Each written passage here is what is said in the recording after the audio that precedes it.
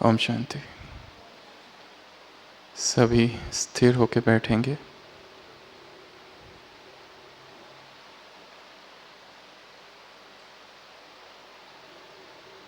सत्र की शुरुआत स्वचिंतन से करेंगे।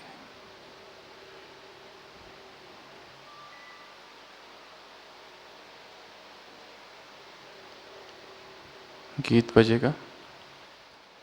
एक प्यास है सभी को, कुछ तलाश है, जीवन एक प्यास है।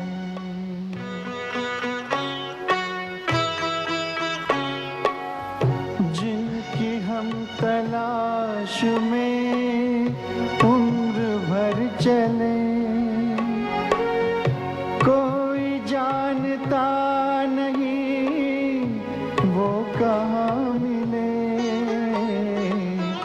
फिर भी टूटती नहीं ये जो आस है।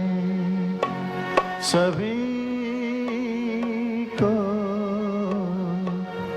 कुछ तलाश है, जीवन एक प्यास है।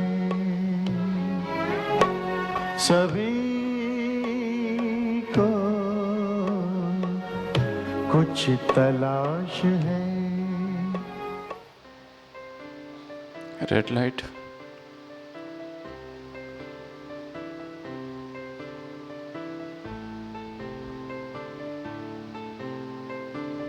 मन स्थिर करेंगे।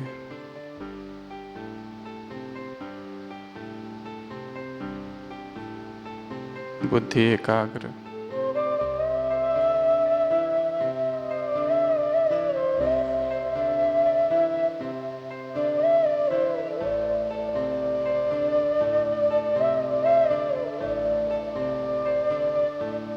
शरीर की सारी हलचल समाप्त।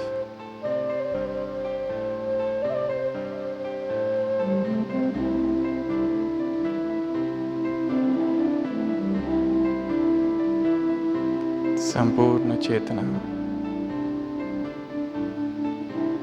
भ्रुकुटी के मध्य स्थित।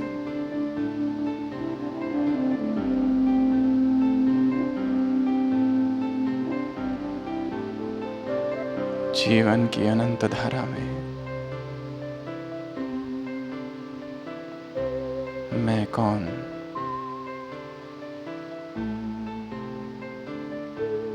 जीवन के अनंत प्रवाह में मेरा अस्तित्व क्या है।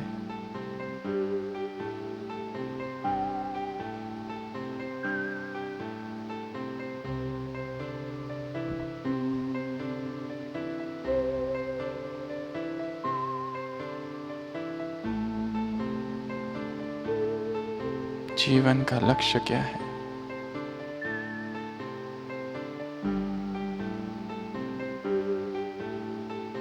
कहाँ तक इस जीवन को मैंने समझा है।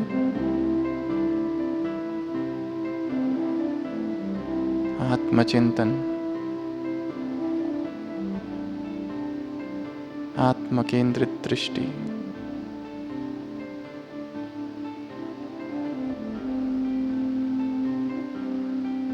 संपूर्ण मन शांत, एक अलौकिक स्थिरता।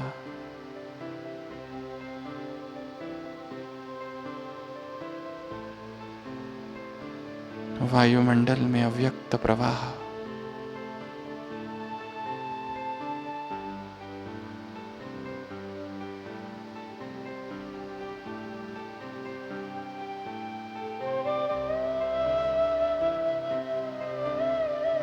अलौकिक प्रकंपन।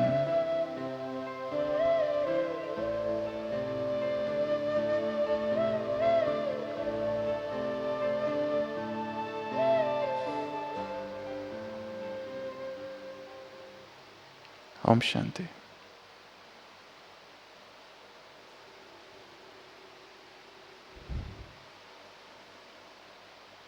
एक युवा चित्रकार जो कि बहुत प्रसिद्ध है, सोचता है मुझे एक ऐसा चित्र बनाना है, एक ऐसे व्यक्ति का चित्र बनाना है जिसे देखते ही दिव्यता का अनुभव हो। एक ऐसा चित्र बनाना है जिसमें मनुष्य जीवन की सारी सुंदरता दिखाई दे। एक ऐसे व्यक्ति का चित्र बनाना है जिसे देखो तो मनुष्यों में जो जो श्रेष्ठ है वो दिखाई दे, जो धर्म का सार हो, जो सत्य का सार हो। ऐसे किसी व्यक्ति का चित्र बनाना है और इसी लक्ष्य से वो चित्रकार यहाँ वहाँ घूमता है, भटकता है। संसार के जितने श्रेष्ठतम स्थान है, पूजा के स्थान है, धर्म के स्थान है, उन सभी जगहों पर जाता है ताकि ऐसे किसी व्यक्ति से मुलाकात हो जाए जिसके चेहरे पर वैसी ही दिव्यता हो, जिसकी वाणी में एक प्रभा हो, जो तेजस्वी हो। बहुत ढूंढता है पर नहीं मिलता है। और एक दिन किसी गांव से वो गुजर रहा होता तो देखता है एक चरवाहा किसी पहाड़ी पर खड़ा है और वो उसके पास जाता है और जैसे उसको देखता है उस चित्रकार को लगता है यही वो व्यक्ति है जिसके चेहरे पर वैसी ही निर्मल कांति, वैसा ही अविरल प्रेम का भाव है। और वो सोचता है यही वो व्यक्ति है जिसमें मनुष्य के जीवन में जो कुछ सुंदर है वो दिखाई देता है और वो उस व्यक्ति का चित्र बनाता है। और जब चित्र पूरा हो जाता है, वो चित्र इतना प्रसिद्ध हो जाता है कि उसकी असंख्य प्रतियां बनती है और हर घर में टंगाई जाती है, क्योंकि जो निरागस पवित्रता, सौंदर्य, दिव्यता उस चरवाह के चेहरे पर थी, ऐसी कहीं और ना थी।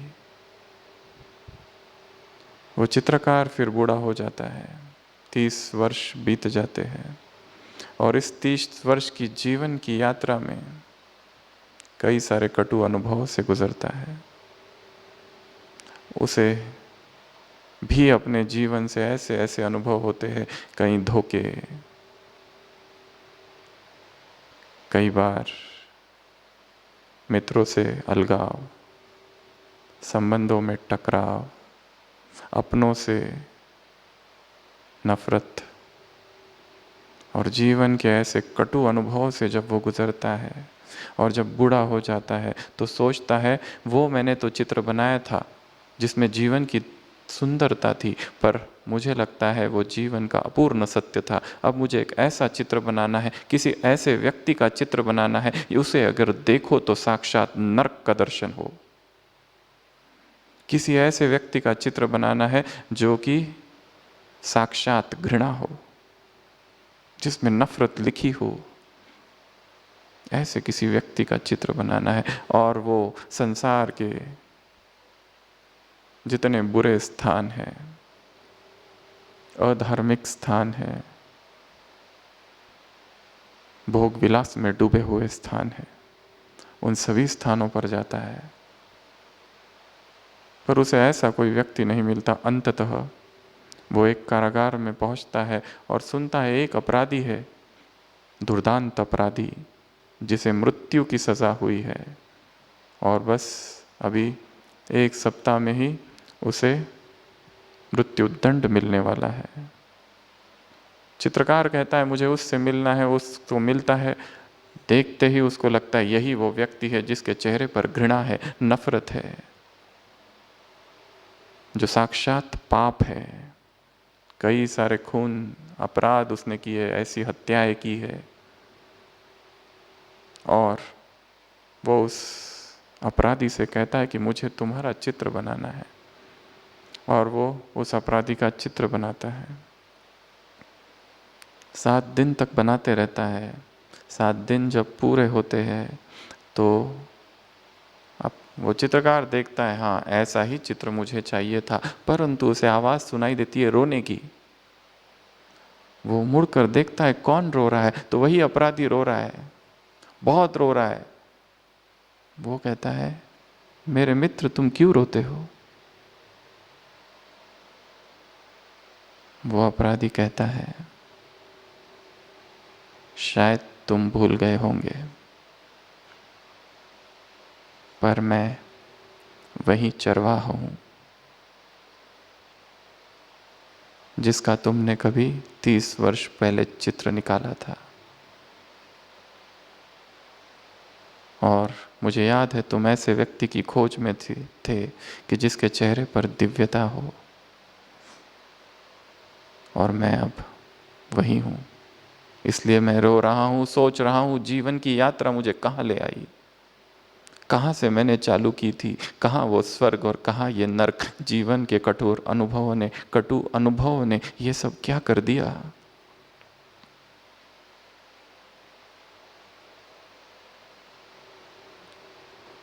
उस अपराधी की कहानी शायद मनुष्य की कहानी है। शायद हमारे जीवन में भी ऐसे कुछ पल थे, ऐसी कुछ घड़ियां थी जब वही दिव्यता थी, वो पवित्रता थी, वो हृदय की निर्मलता थी, और पता नहीं न मालूम जीवन के कटु अनुभव ने ये क्या कर दिया, और हम ये कहाँ आ गए। और जहाँ देखो वहाँ जंजाल, जहाँ देखो वहाँ बंधन, जहाँ देखो वहाँ दुख दर्द पीड़ा। पश्चिम के एक दार्शनिक जीन पॉल सार्त्र ने लिखा है, लाइफ इज एंग्विश, जीवन संताप है। क्या वास्तव में जीवन संताप ही है? क्या उस दिव्यता को पाया जा सकता है फिर से?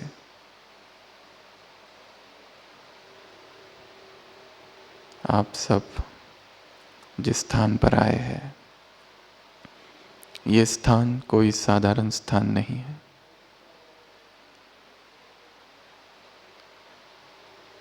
इस स्थान में कुछ तरंगे हैं, और जो सभी ने अनुभव किया होगा कि यहाँ आते ही किसी एक अदृश्य शक्ति ने वो तनाव जो था उसे खींच लिया।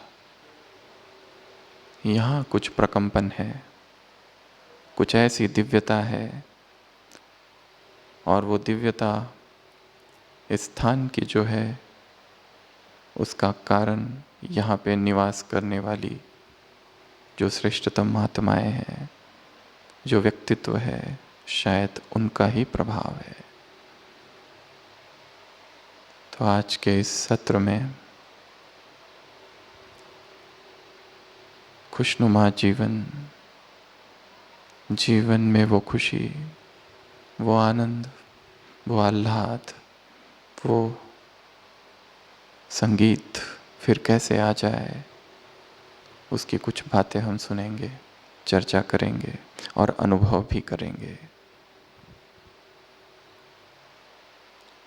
धर्म की परिभाषा एक शब्द में स्वामी विवेकानंद ने एक जगह दी है, रिलीजन इज रियलाइजेशन।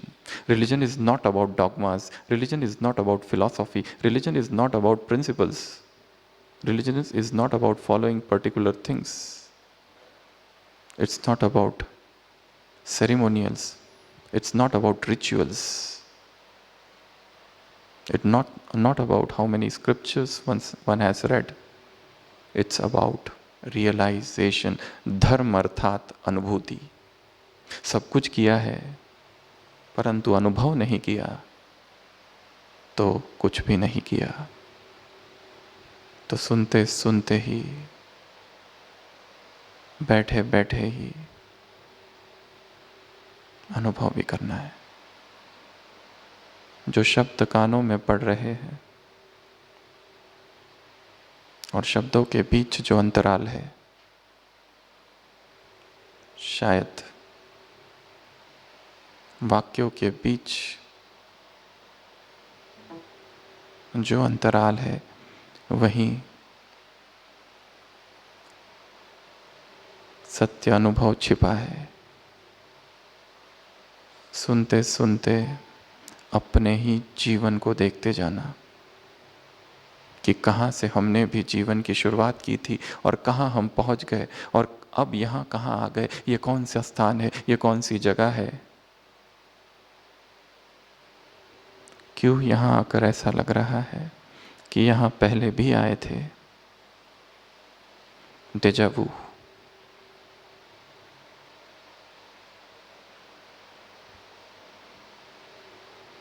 कोई तो शक्ति है जो यहाँ कार्य कर रही है। तो जीवन को खुशियों से भरना है।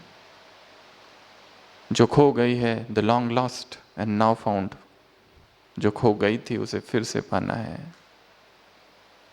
वो जीवन का सत्य। तो हम ऐसी कुछ बातें देखेंगे जिससे जीवन की जो खुशी है वो फिर आ जाए। लगभग 26 ऐसी बातें। सबसे पहली एक्सेप्टेंस। सबसे पहला है एक्सेप्टेंस। क्या हमने स्वयं को स्वीकार किया है? जो मेरे साथ व्यक्ति रहते हैं, पति पत्नी बच्चे, क्या उनको स्वीकार किया है? क्या जीवन की परिस्थितियों को स्वीकार किया है? क्या जीवन में आने वाली कठिनाइयों को, अपनी ही कमी को, अपनी ही कमजोरी को, अपनी ही असफलता को स्वीकार किया है? शायद नहीं। और वही शायद जीवन में संताप का कारण है कि जीवन में जो कुछ है हमने उसे स्वीकार ही नहीं किया। अंदर से मन ने रिजेक्ट लिस्ट में डाल रखा है।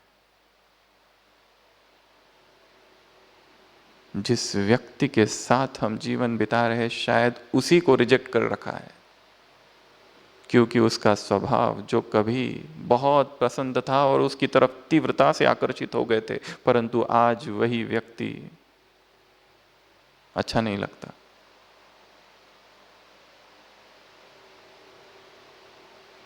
प्रेम अर्थात संपूर्ण स्वीकार। Love is total acceptance. Acceptance अर्थात ये नहीं कि हमने हार मान ली। एक्सेप्टेंस अर्थात ये नहीं कि हम परिस्थितियों के आगे झुक गए। एक्सेप्टेंस अर्थात ये नहीं कि हम बदलेंगे ही नहीं। एक्सेप्टेंस अर्थात ये नहीं कि ये परिस्थिति बहुत विकराल है, मैंने उसे मान लिया, स्वीकार कर लिया और झुक गया और उसे बदलूंगा ही नहीं। ये गलत परिभाषा है। एक्सेप्टेंस मीन्स एक है रेजिस्टेंस, विरोध, दूसरी ओर है एक्सेप्टेंस, मैं स्वीकार करता हूं। हमें याद है हम एक स्थान पर गए थे, एक सेवा केंद्र, ब्रह्मा कुमारीज का ही। उस स्थान पर केवल 2 ही विद्यार्थी आते थे।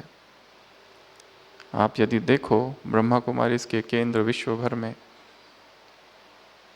ढेर सारे सुबह की क्लास में 70-80 लोग रहते, वहाँ 2 ही थे। कोकण का वो एरिया था। हमने उस बहन से पूछा कि यहाँ 2 ही आते हैं? उन्होंने कहा हाँ। और ऐसा नहीं कि वो लोग सेवाएं नहीं करते, पर उस बहन ने एक बात हमसे कही। उसने कहा इस परिस्थिति को मैंने प्रेम से स्वीकार किया है। इन्वर्टेड कॉमा, बहुत पावरफुल स्टेटमेंट है। इस परिस्थिति को मैंने प्रेम से स्वीकार किया है। तो जीवन में यदि पुनः खुशी आ जाए, ये चाहना है, तो स्वीकार करना पड़ेगा। जिसे हम बदल नहीं सकते उसे स्वीकार करना पड़ेगा एट दैट मोमेंट। और ताकि हम तैयारी करें उसे बदलने की।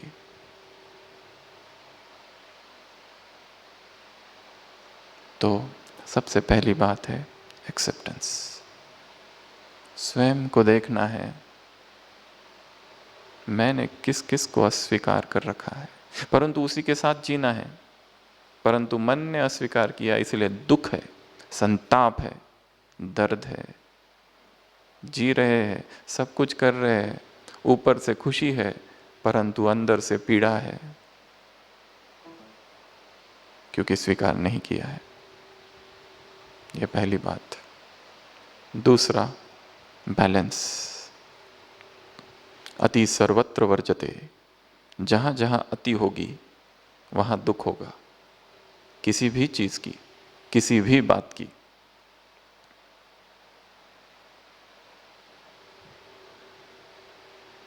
मन उस पेंडुलम की तरह है, डोलता है, स्थिर नहीं रहता।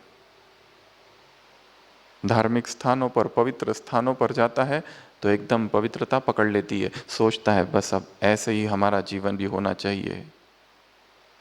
परंतु फिर ब्रह्मचर्य से अब्रह्मचर्य खींचता है, फिर विकार खींचते हैं, फिर प्यूरिटी खींचती है, फिर इम्प्यूरिटी खींचती है, डोलता है यहां से वहां, वहां से वहां। बैलेंस स्थिर करना है उसको। Too much involvement, total indifference. एक व्यक्ति दूसरे व्यक्ति से इतना प्रेम करता है, इतना प्रेम करता है, इतना नजदीक आ जाता है, और उसी व्यक्ति से फिर घृणा उत्पन्न हो जाती है। पेंडुलम स्विंग कर गया, इधर आ गया। टू मच अटैचमेंट, और फिर इधर। इसलिए मनोविज्ञान में एक सिद्धांत है जिसे कहते हैं साइकोलॉजिकल डिस्टेंसिंग। दो व्यक्तियों के बीच एक डिस्टेंस चाहिए, एक स्पेस टू ब्रीथ। बहुत ज़्यादा जहाँ समीपता आ जाती है, इंटीमेसी, वहाँ दर्द चालू होता है, अवगुण देखने चालू हो जाते हैं। इसलिए बैलेंस। ना अति ऊंचम ना अति नीचम, स्थिर बीच में। किसी ने कह दिया तो आपका वजन बहुत बढ़ गया है, ऐसी एक्सरसाइज करते हैं, ऐसी एक्सरसाइज करते हैं कि लकड़ी बन जाते हैं। इधर से उधर, उधर से इधर। एक अति भोगी और विलासी व्यक्ति अचानक वैराग को प्राप्त हुआ, महात्मा बुद्ध के पास गया। वो युवराज था, जवान था, पर जीवन में ऐसी कोई दर्द भरी घटना हो गई कि वैराग उदय हो गया, और उसने कहा मुझे भी सन्यासी बनना है। सन्यासी बन गया। सब लोग सीधे रास्ते से जाते, वो पथरीले रास्ते से जाता। सब लोग 2 बार भोजन करते, वो 1 बार। पहले अति भोग में डूबा हुआ था, अभी एकदम वैराग।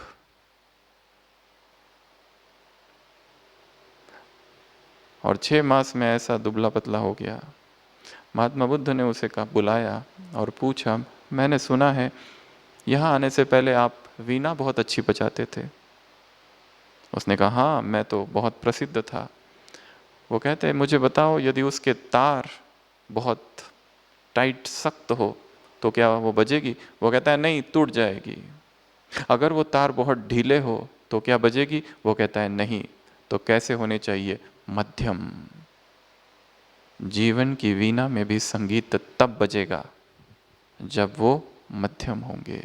उसे बहुत तानो नहीं और बहुत ढीला भी नहीं छोड़ दो। अति भोग में ना डूब जाओ, और ना ही ऐसा संयमित कर दो नियम और मर्यादाओं से कि जीवन ही मुश्किल हो रहा है जीना। बीच में self indulgence, self control, in between.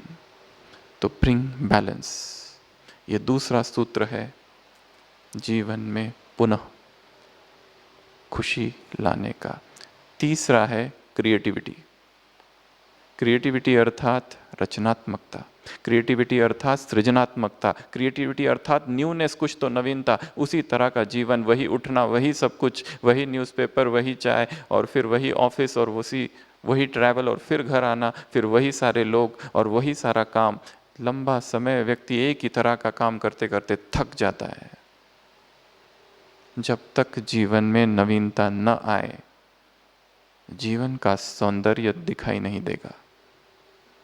नवीनता लानी है, कुछ ऐसे काम करने, कुछ ऐसे कार्य करने, स्मॉल एक्ट्स ऑफ गुडनेस, कि जो जीवन में फिर से खुशी भर दे, आनंद से भर दे मन को।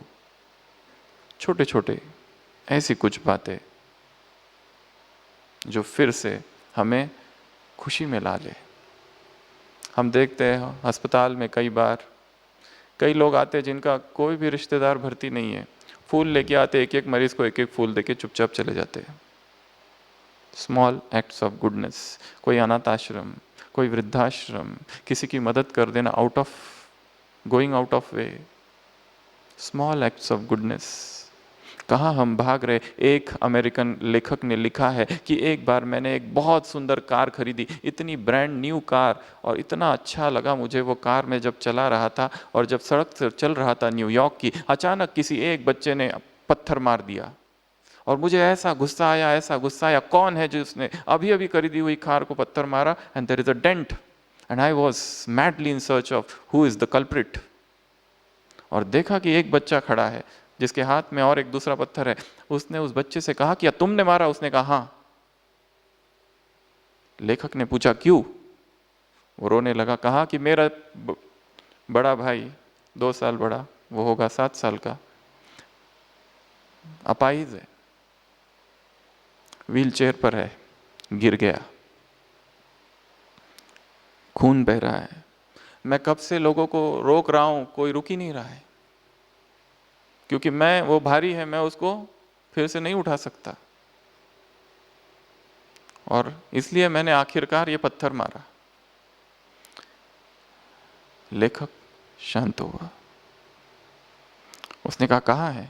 दिखाया, उस बच्चे को बिठाया, कुछ पट्टी ड्रेसिंग की। The author rights, I never repaired my car again.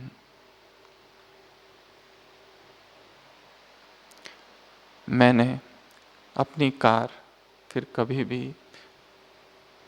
Repair नहीं की। Don't run so fast in life that somebody has to throw stone at you to stop you.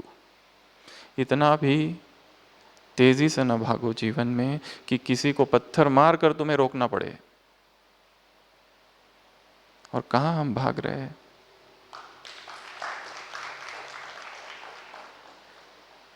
मौन में सुनना है। आवाज शायद डिस्टरबेंस है।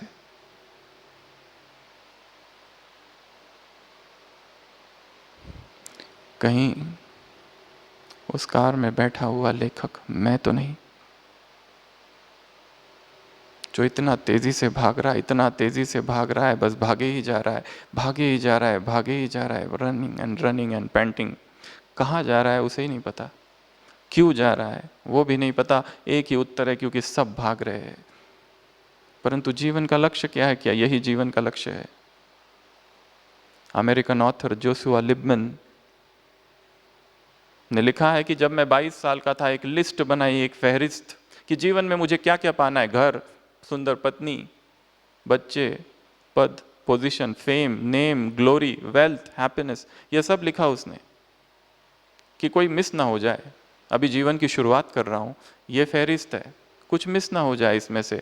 और फिर वो उस लिस्ट को लेके जाके एक वाइस मैन, एक बड़ा सा बूढ़ा सा व्यक्ति होता है, अनुभवी, उसके पास जाता है और कहता है क्या ये ठीक है? क्या ऐसा तो नहीं कि मुझे पश्चाताप करना पड़े? और मुझे नहीं लगता इसमें कुछ बचा है, सब कुछ ठीक है। वो बूढ़ा व्यक्ति एक कलम लेता है, सब कुछ काट देता है, और वहाँ 3 शब्द लिखता है, peace of mind. If you don't have this, you have nothing. First achieve this. यही 22 साल का लड़का जब बड़ा होता है, तो जो सबसे प्रसिद्ध बुक है पीस ऑफ माइंड, वो लिखता है, सब कुछ तो पाया पर शांति नहीं है। सब है, घर है, धन है, संपत्ति है, संबंध बहुत अच्छे हैं, ऊपर से सब कुछ अच्छा दिख रहा है, सारी सुख सुविधाएं है, पर मन अशांत है, अतृप्त है, असंतुष्ट है। There is a spiritual vacuum within. एक साइंटिस्ट ने अपनी जीवन कहानी लिखी है, I have spent my life in atoms and molecules, I have spent my life in researching atoms and molecules, towards the end of my life I feel life has slipped through my fingers. सारा जीवन मैंने परमाणु सब कुछ ढूंढने में लगा दिया, अनुसंधान में लगा दिया, परंतु जीवन की शाम में मुझे ऐसा क्यों लग रहा है कि जीवन में जो करना था, जो पाना था, वो किया ही नहीं, जैसे जीवन उंगलियों से फिसल गया। It is lost. ऐसी हमारी गति ना हो जाए, इसलिए स्टॉप। फिर से एकाग्र होकर बैठेंगे, स्थिर। रेड लाइट,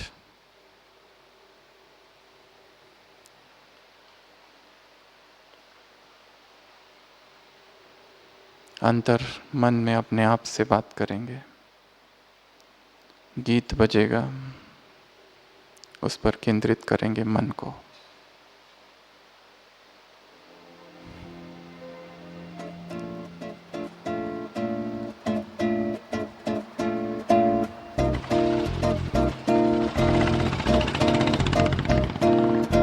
उड़े खुले आसमां में ख्वाबों के परिंदे, उड़े दिल के जहां में ख्वाबों के परिंदे। ओहो क्या पता जाएंगे कहाँ, खुली है जो पर कहे ये नजर, लगता है अब है जागे हम। फिक्रें जो थी पीछे रह गई, निकले उनसे आगे हम। हवा में बह रही है जिंदगी, ये हमसे कह रही है जिंदगी। ओहो अब तो जो भी हो सो हो।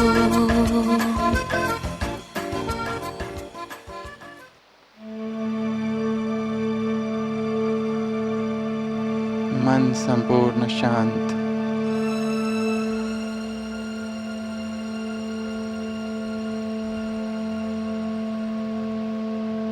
आंखें बंद।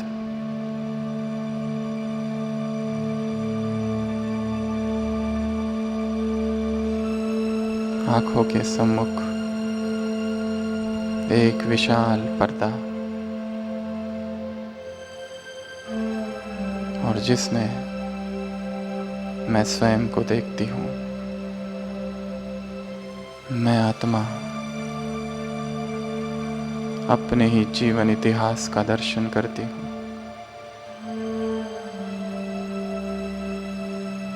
कहाँ से जीवन की शुरुआत की थी,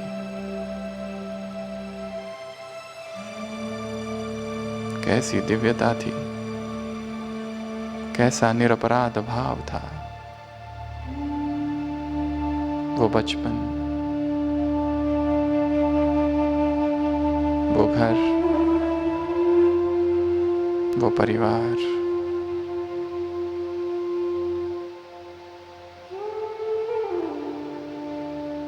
वो स्कूल, वो मित्र, वो पढ़ाई, वो टीचर्स,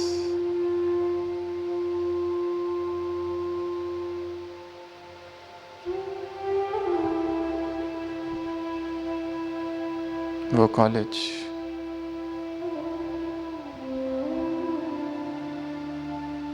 वो स्वप्न,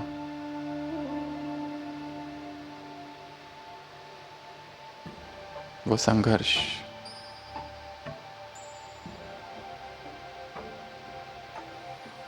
वर्तमान जीवन। देख रहा हूं उन सभी लोगों को जिनके आसपास जीवन गुजरता है, देखता हूँ उस दफ्तर को, अपने साथियों को, मित्रों को,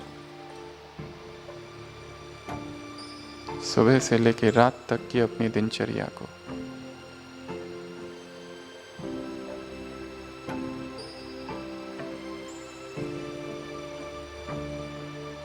मैं साक्षी होकर स्वयं को देखता हूँ।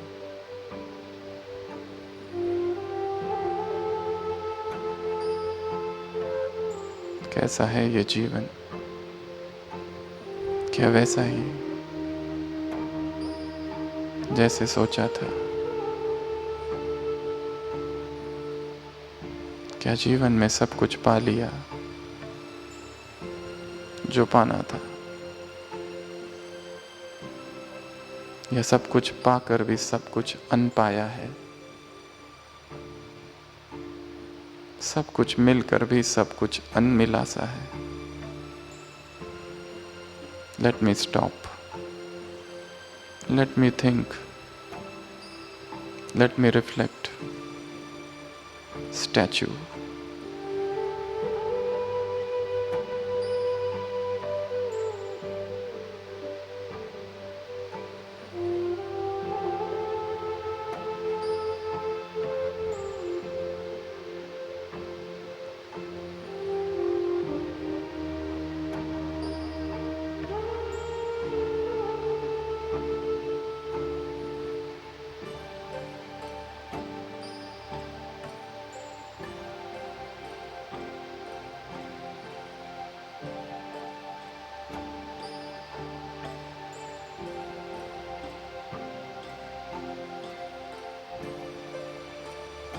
शायद बहुत कुछ पाना बाकी है,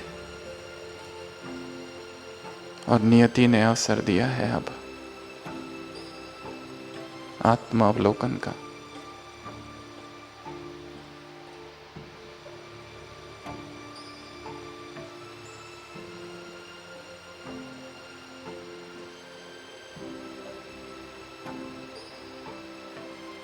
ओम शांति।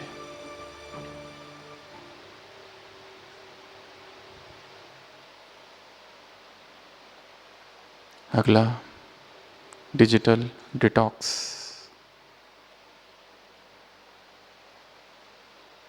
इतना इन साधनों में हम अपने आप को ना डुबो दे कि हम स्वयं ही खो गए। किसी ने एक चित्र भेजा था, परसों 12 तारीख को मदर्स डे है। मदर का बर्थडे मनाने के लिए, मदर्स डे मनाने के लिए सब लोग घर आए हैं। 4-5 लड़के, माँ बीच में बैठी है, बाकी सब बच्चे सर्कल में बैठे हैं, सब अपने मोबाइल में बिजी है। नीचे लिखा है happy mother's day. Disconnect to reconnect. जितना उसमें हम डूबते जाएंगे, उतना स्वयं की चेतना से दूर हो जाएंगे,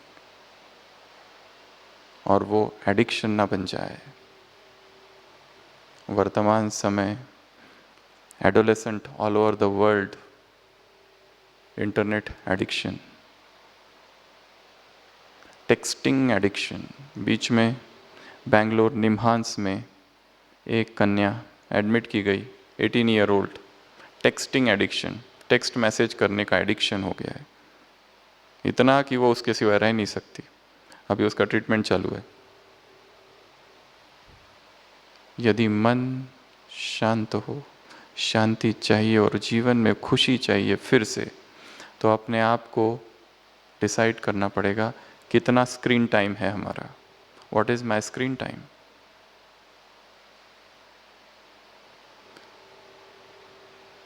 बीच में ऐसी एक कॉन्फ्रेंस में विदेश की एक माता आई थी और गलती से उसका मोबाइल खो गया आते ही।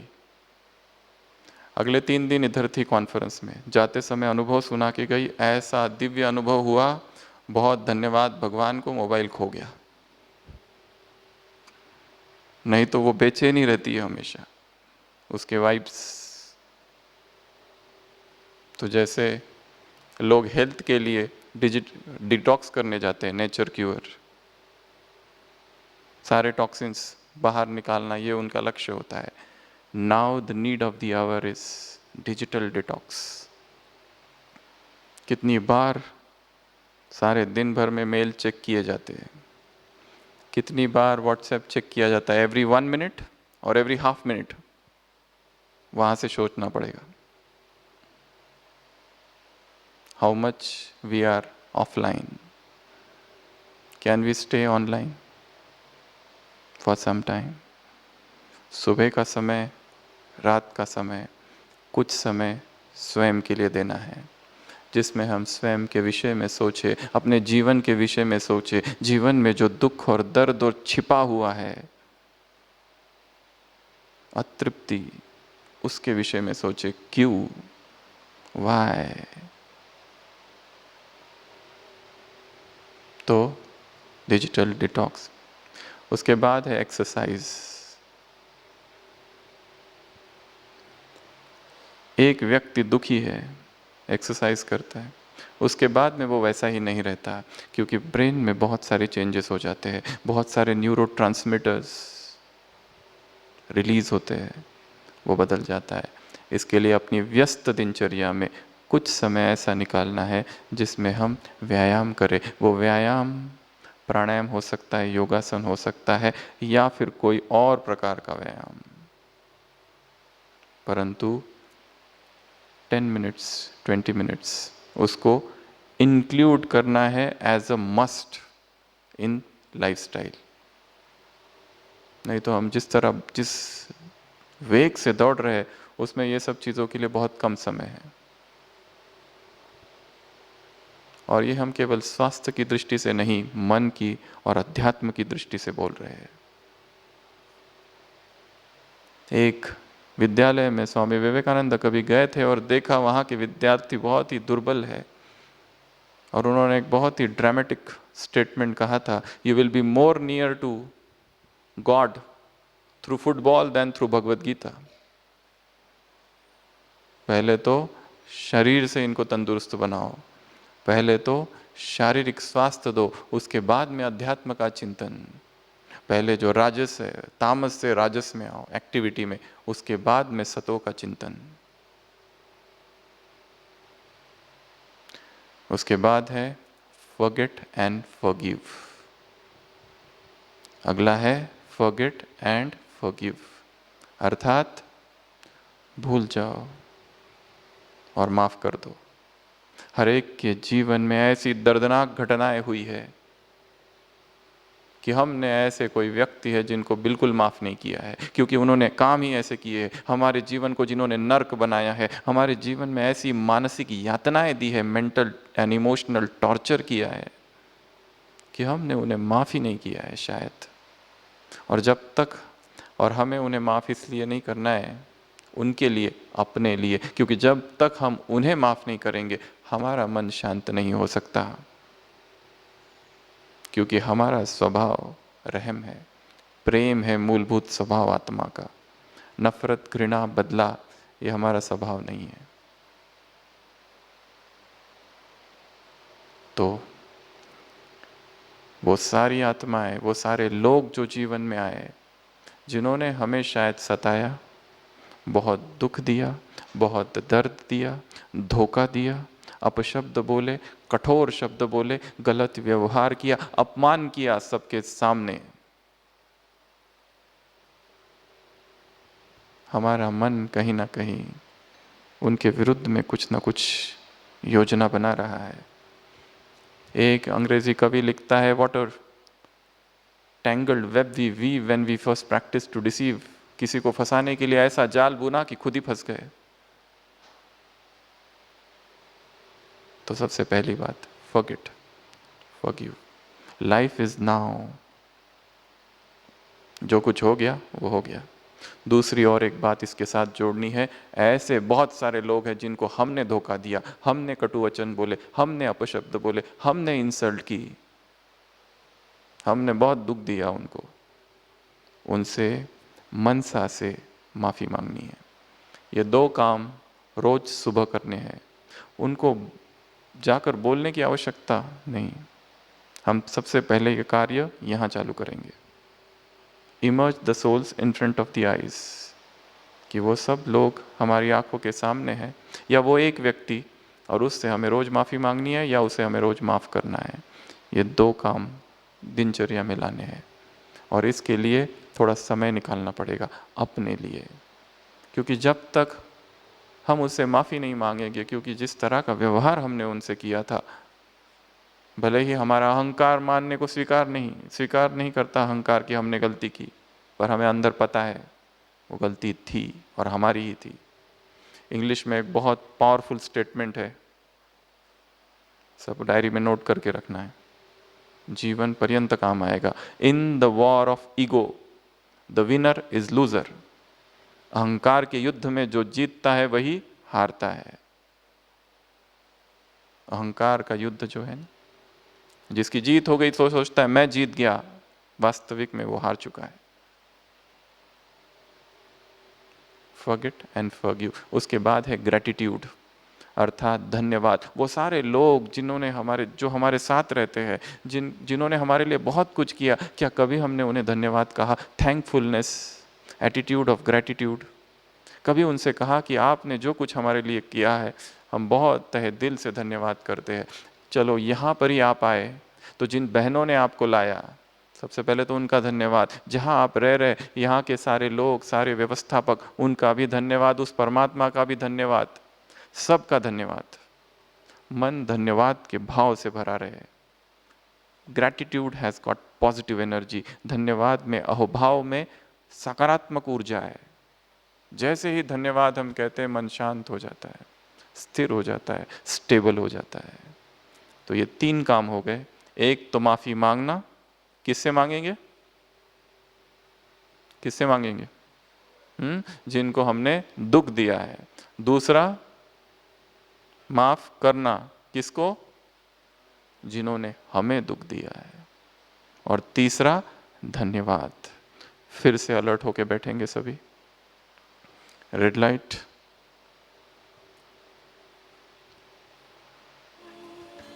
खुले आसमां में ख्वाबों के परिंदे उड़े, दिल के जहां में ख्वाबों के परिंदे। ओहो क्या पता जाएंगे कहाँ। किसी ने छुआ तू ही हुआ, फिरते हैं महके महके हम। हुई है कई बातें नहीं, जब है ऐसे बहके हम। हुआ है यूं कि दिल पिघल गए, बस एक पल में हम बदल गए। ओहो अब तो जो भी हो सो हो।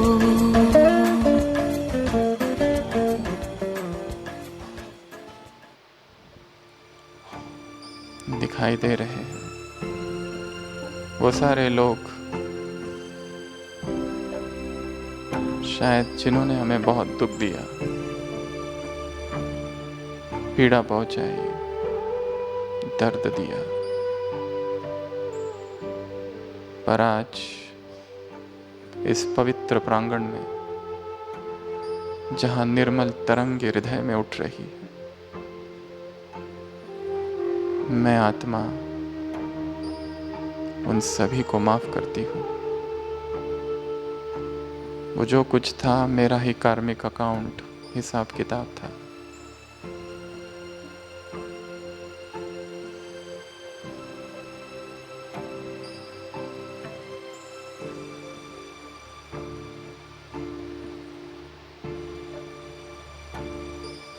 अब उन लोगों को देखती हूँ जिनको मैंने बहुत दुख दिया, रुलाया, अपमान किया, धोखा दिया। हे आत्माओं, मैं क्षमा प्रार्थी हूँ, मुझे क्षमा कर दो।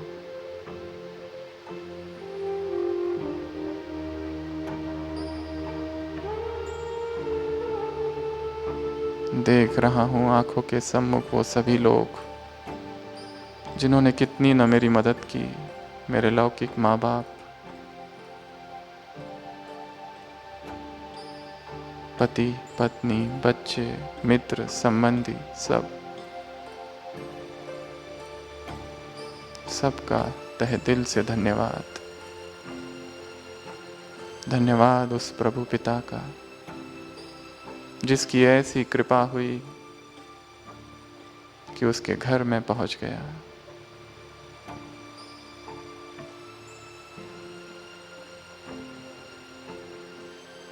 ये परमात्मा कृपा ही है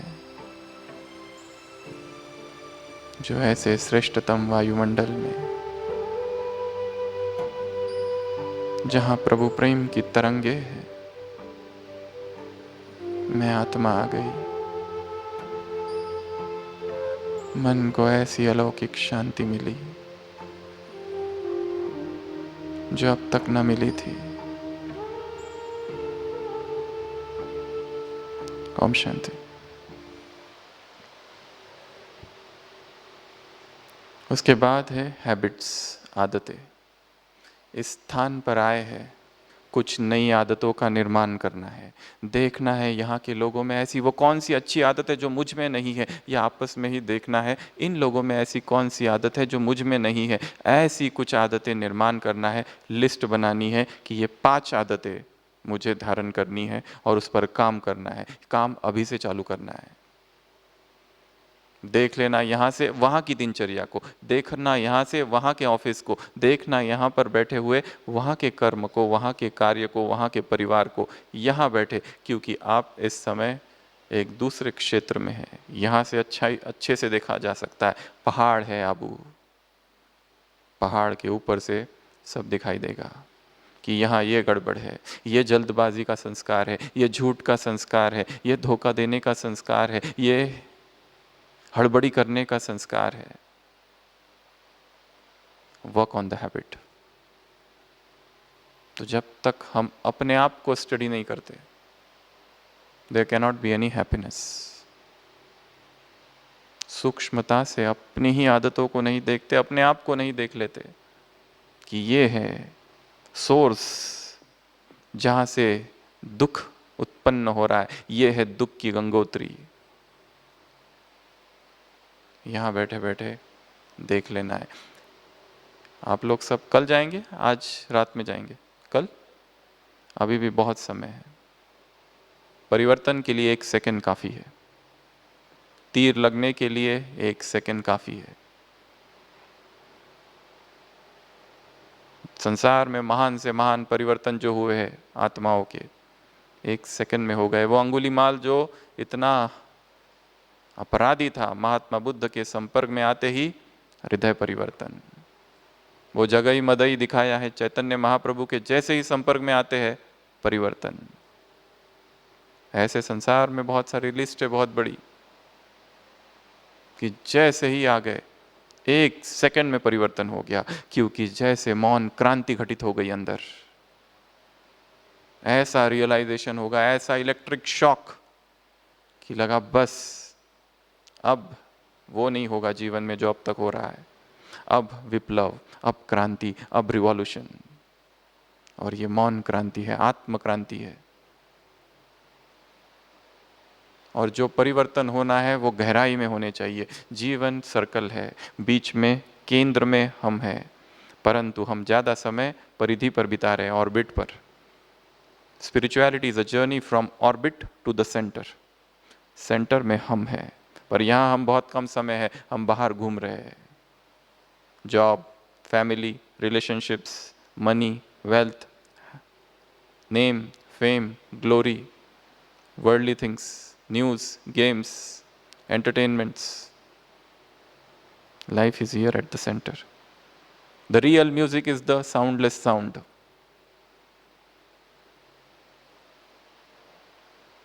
मौन का संगीत जो हृदय में है, तो आदत है। उसके बाद में है इनक्विजिटिवनेस, अर्थात उत्सुकता। आई फॉर इनक्विजिटिवनेस, उत्सुकता, उत्कंठा, ये क्या है, ये कौन सा स्थान है, ये लोग कौन से है, क्या ये है, मन में प्रश्न उठने चाहिए। ये सब जवान लोग यहाँ क्या कर रहे हैं, संसार की चमक धमक छोड़ के यहाँ क्या कर रहे हैं, वाई दे आर हियर। और यहाँ पर एक काम तो हमेशा सबको करना है, जो हम हमेशा कहते हैं कि यहाँ पर जो आप सबसे ज़्यादा सीखेंगे वो यहाँ से जो स्पीकर सुना रहा है उससे कभी नहीं। जीवन का जो तंत्र है वो आपको मिलेगा यहाँ पे जो काम करने वाली भोली भोली माताएं, जिन्हें पता भी नहीं है शायद कॉन्फ्रेंस चल रही है, जो अपने कार्यों में अपनी सेवाओं में व्यस्त है, जो उनको बोलना भी नहीं आता है, पढ़ी लिखी भी नहीं है, कोई किचन में कोई भाई कोई झाड़ू लगा रहा है, उसको रोक कर पूछो कि भाई तुम यहाँ क्यों आए, वो ऐसा उत्तर देगा, that will be the greatest speech. और उसके सामने ये सारे स्पीच धूल है, क्योंकि वो जो बोलेगा वो अनुभव बोलेगा।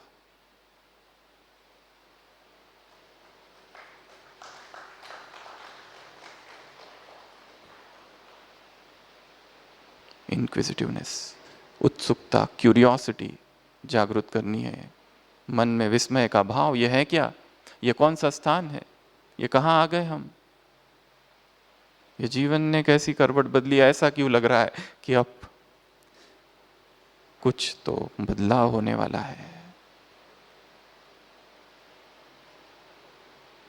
उसके बाद है जे फॉर जर्नी, आंतरिक यात्रा करनी है। बाहर की यात्राएं बहुत कर ली, अब अंतर मन की यात्रा करनी है, अपने सबकॉन्शियस माइंड की यात्रा करनी है। कौन से नुक्स एंड कॉर्नर्स में क्या क्या छिपा हुआ है, कौन से कोने में कौन सा अंधकार छिपा हुआ है, यहाँ आना जैसे एक प्रकाश, एक टॉर्च आई है, वो टॉर्च से अपने आप अंदर ही जाना है, देखना है कौन से कोने में कौन सी फीलिंग, कौन से बदले का भाव, कौन सी घृणा, कौन सी नफरत, कौन सी कमजोरी, कौन सी विकार, कौन सी काम की वासना अंदर छिपी है, कौन सी अतृप्त इच्छा, कौन सी अमर्यादित इच्छा, और जो दुख का कारण है, उस टॉर्च को अपने ही अंतर्मन में, अपने अंतर्मन को प्रकाशित करना है। उसके बाद में है कीप फोकस्ड, के फॉर कीप फोकस्ड, वर्तमान में ध्यान रखना है। अतीत में जो हुआ हुआ, भविष्य अभी आया नहीं है। साइंस में कहते हैं present is the right time, past and future is pseudo time. अब द पावर ऑफ नाउ, एक अंग्रेजी लेखक ने किताब लिखी है पावर ऑफ नाउ।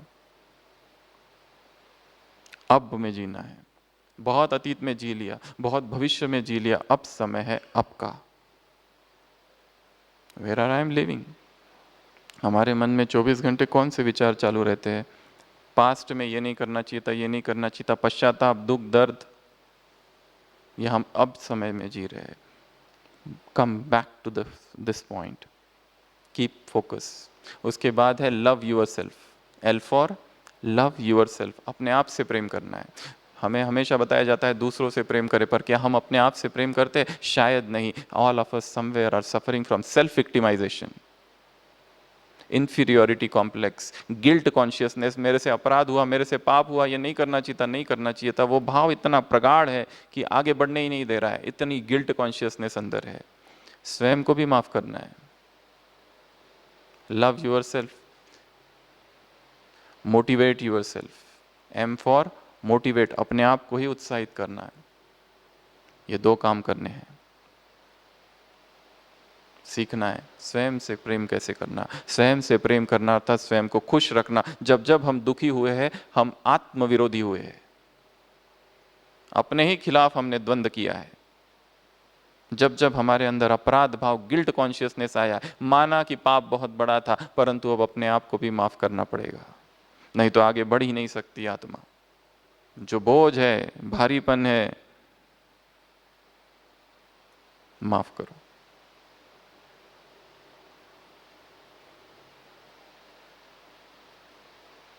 उसके बाद है नेचर, एन फॉर नेचर, अर्थात प्रकृति। प्रकृति में जाना है, प्रकृति का संगीत सुनना है, झरने, झाड़, पहाड़ियाँ, सौंदर्य, नदी। जिस वायुमंडल में आप प्रांगण में यहाँ पर आप बैठे हैं, यहाँ ये सब कुछ है। ऐसा अप्रतिम सौंदर्य और कहाँ होगा। और ये एक अवसर मिला है, नियति ने अवसर दिया है स्वयं को स्थिर करने का, एकाग्र करने का। यहाँ बहुत सारी बातें होगी, प्रोग्राम्स होंगे, परंतु वो सब देखते हुए भी साक्षी होकर देखना है। To be involve and yet detached. बहुत सारी चीजें हो रही है, उन चीजों में अपने जीवन को भी देखना है। केवल वो मनोरंजन ना हो जाए। It's not an ordinary entertainment. उसमें छिपी अलौकिकता को पढ़ना है। तो प्रकृति के सानिध्य में जाना है। जितने भी महान से महान कार्य संसार में हुए हैं, सब लोगों ने प्रकृति में जाकर किए हैं। A.R. रहमान ने एक जगह लिखा है, When I have to compose new music, I get detached from everywhere and I enter into myself, cocoon myself in some solitary place and then hear the music of the nature. And from there strikes the new chord and from there the melody springs. And I forget that this song will become famous and I forget that this song is going to hit the theaters of the world. I forget everything. Only the song remains and I remain. Only the music remains and I remain. Michael Jackson ने एक जगह लिखा है, A time comes when I dance, when the dancer and dance become one.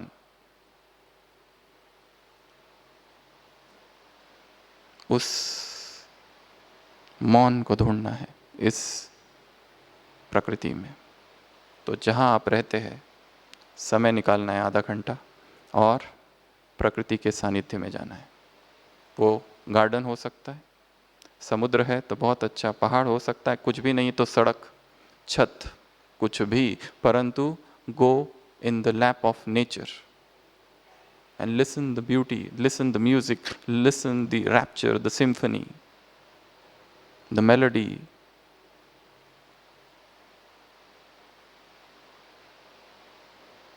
उसके बाद है observation. Minutely observe करना है हर चीज को। यहाँ पर आप है, माइन्यूटली ऑब्जर्व करो, वहीं बैठे बैठे हर चीज को ऑब्जर्व करो। कैसे ये हो रहा है, कैसे ये कॉन्फ्रेंस हो रही है, कैसे अपने आप सब चल रहा है। संसार की हजारों कॉन्फ्रेंसेस देखी होगी, हलचल होती है, यहाँ ऑटोमेटिक चल रहा है। कैसे इतने सारे लोगों के लिए खाना बन रहा है, कैसे चाय बन रही है, कहाँ हलचल नहीं, कुछ नहीं, सब मौन में चल रहा है। कैसे, who is this, is it man और it is some force divine? क्या मनुष्य का कार्य है या ईश्वरीय कार्य, क्या है ये?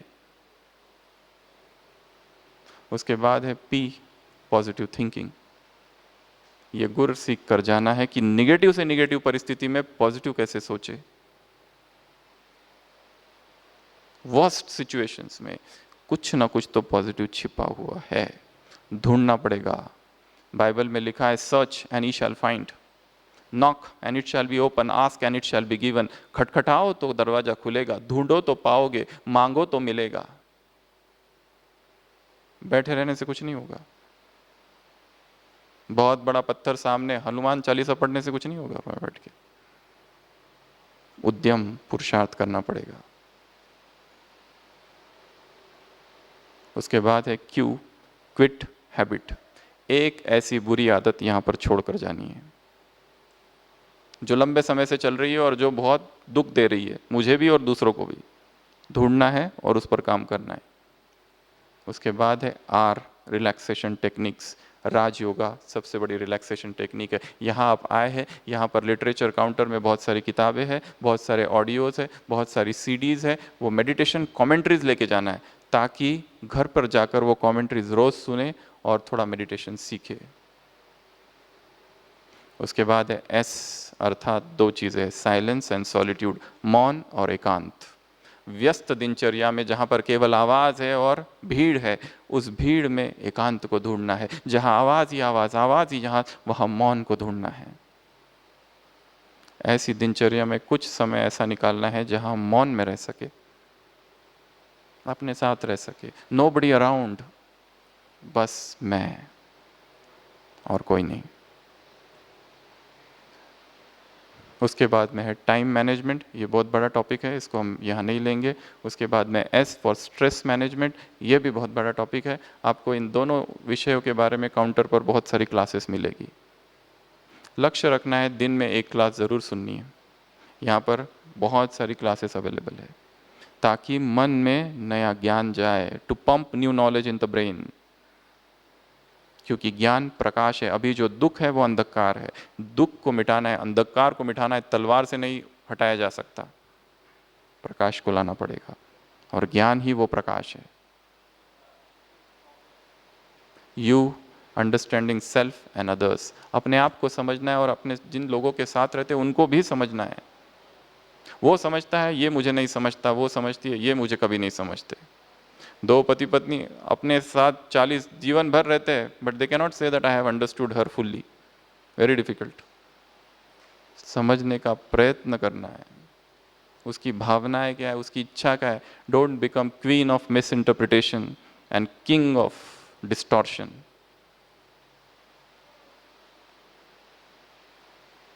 उसके बाद है विजुअलाइजेशन, ये भी एक टेक्निक है, विजुअलाइज करना, देखना। उसके बाद है W waking and walking, early morning उठना और वॉकिंग के लिए जाना। जितना यहाँ आपने देखा होगा एक चीज़, सब लोग बहुत जल्दी अर्ली राइजर है, अर्ली वेकर है, बहुत जल्दी उठ जाते हैं और उठकर क्या करते हैं, प्रातः स्मरामि हृदि संस्फुरदात्म तत्वम, उस आत्म तत्व का चिंतन। तद ब्रह्म निष्कलमहम न च भाति भूत संगम, ये देह मैं नहीं, मैं कुछ और हूँ, वो मेरा वास्तविक स्वरूप है। उस तत्व का, उस स्वरूप का चिंतन। एक्सरे अर्थात सेल्फ चेकिंग 2 बार। वाई योग निद्रा, और लास्ट है जेड झील एंड एंथुजियाज्म जेस्ट, जीवन में उमंग उत्साह। योग निद्रा एक बहुत बड़ा विषय है जिसको हर एक को सीखना है। योग निद्रा क्या होती है, सोने की विधि, किस तरह हम सोते, गए बेड पर गए और लेट गए, कुछ टेक्निक है, बहुत सारा रिसर्च हुआ है इसके ऊपर, चालू है रिसर्च। कुछ स्टेप्स है, 8 स्टेप्स ऑफ योग निद्रा। गए, पहले शरीर को रिलैक्स करना, रोटेशन ऑफ कॉन्शियसनेस, चेतना को घुमाना, श्वास के ऊपर ध्यान देना, एक श्रेष्ठ संकल्प करना और करते करते फिर सोना। क्योंकि रात का सोते समय जो विचार है, उठते समय वही पहला विचार है। तो ये टोटल 26 स्टेप्स है, 26 methods, starting from A to Z। इनमें से अगर एक भी ला लिए जीवन में तो बाकी 25 अपने आप आएगी। इसलिए फिर से अलर्ट होके बैठेंगे। ओम शांति। और जीवन के उस आनंद का अनुभव करना है, जीवन जो कुछ सिखा रहा है।